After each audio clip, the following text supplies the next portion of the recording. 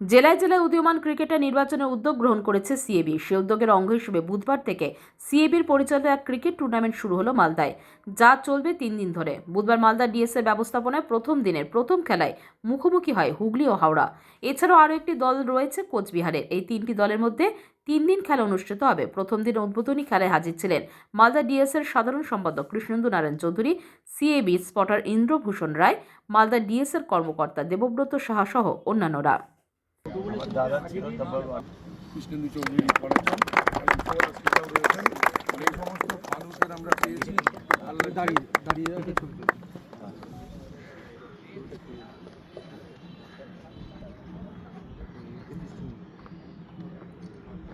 বাবু কোথায় উঠেছে দেখেছি ইউথ হোস্টেল নাম বলছে সামনে চৌকি চক্র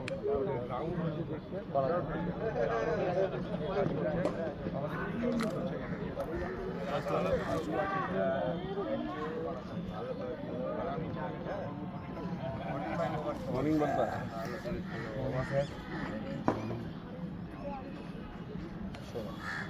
আপনি তো দেখাচ্ছেন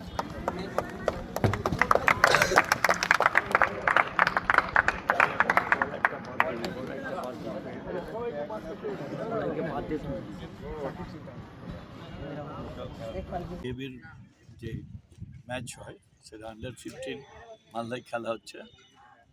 হাওড়া, হুগলি আর কোচবিহার 3টা টিম এখানে খেলবে, মালদা অন্য জায়গায় খেলবে।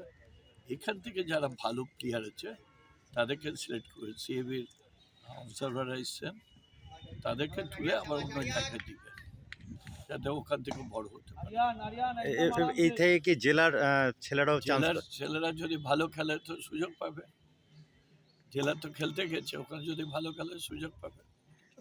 মালদা ডিএসিতে অনূর্ধ্ব-15 সিএবির পরিচালিত ক্রিকেট টুর্নামেন্ট হচ্ছে। মালদা জেলায় 3টে দল এসছে, কারণ নিউট্রাল জোনে খেলাগুলো হচ্ছে। মালদা যেমন বহরমপুরে খেলতে গেছে, এখানে আজকে খেলা হুগলি এবং হাওড়া। আর একটা টিম হচ্ছে কুচবিহার।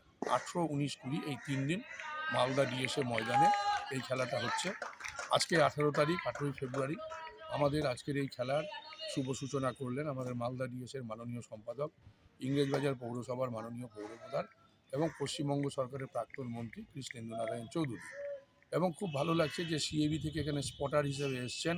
আপনারা জানেন বাংলা দলের নিয়মিত খেলোয়াড় ওপেনার ছিলেন ইন্দ্রভূষণ রায়, তিনি স্পটার হিসেবে এসছেন। এখানে যে সমস্ত খেলোয়াড়রা খেলছে তাদের পারফরমেন্সটা দেখবেন, দেখে এখান থেকেই কিন্তু যে প্লেয়ার বাছাই, সিএবির এই যে সুন্দর একটা ভূমিকা যে প্রত্যেকটা জায়গায় যে খেলা হচ্ছে সেখানে একজন করে স্পটার যাচ্ছেন, তারা দেখে নেবেন যে এখান থেকে ভালো প্লেয়ারকে, কারণ কোটা সিস্টেম এখানে বন্ধ হয়ে গেছে, সিএবিও খুব সুন্দর উদ্যোগ নিচ্ছে, যারা ভালো খেলবে তাদেরকে খেলার সুযোগ দাও।